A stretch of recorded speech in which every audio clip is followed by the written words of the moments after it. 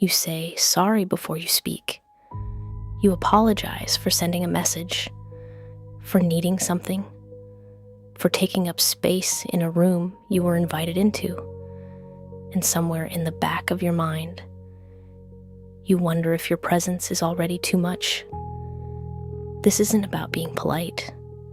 It's a pattern that runs deeper than manners. You shrink your voice before someone has the chance to silence it.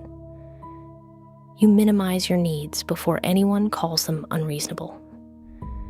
You apologize, reflexively, automatically, as if your very existence requires permission. You say sorry when someone bumps into you. You say sorry for crying, for being tired, for asking a question, for needing more time. You have spent years, maybe decades, making yourself smaller. Not because you wanted to, but because at some point, it felt like the only safe thing to do. This pattern doesn't come from nowhere.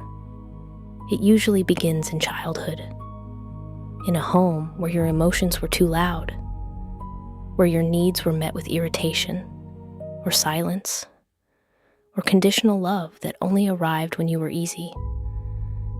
When a child learns that their feelings disrupt the peace, they adapt.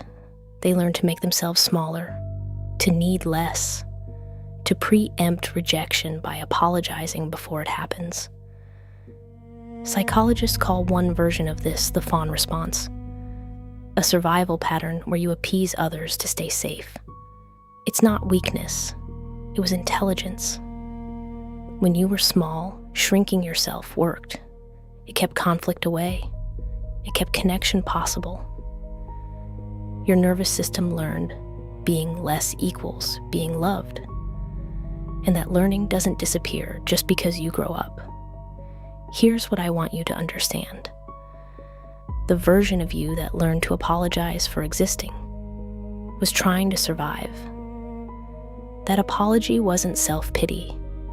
It was strategy. It was a child who read the room and did what they had to do to belong. But you are not in that room anymore.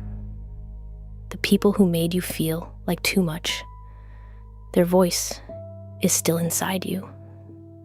But it is not the truth. Your needs are not unreasonable.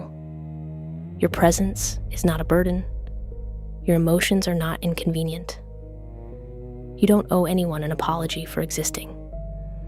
And the first step to unlearning this pattern isn't to stop saying sorry. It's to notice gently, without judgment, every time you do it. Because awareness is where things begin to change. Think about the last time you apologized for something you had every right to feel, or need, or be. Where did that come from? What were you protecting yourself from in that moment? You don't have to answer that tonight. But I want you to hold the question, because inside it, there is something important waiting. A version of you that doesn't have to earn their place in the room.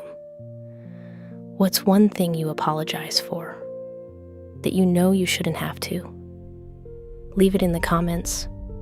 You might be surprised how many people have been carrying the same thing. If this video touched something in you, you're exactly who this channel exists for. Subscribe to Deep, Silent Psychology. New videos every week for the parts of you that were never given a name.